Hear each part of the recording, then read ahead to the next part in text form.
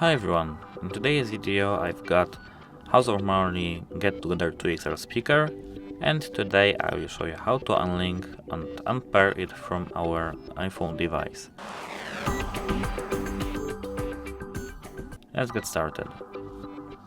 As you can see, they're now connected with each other, so we have to scroll down to our control panel, click on this mini folder, hold our finger on Bluetooth, click Bluetooth settings.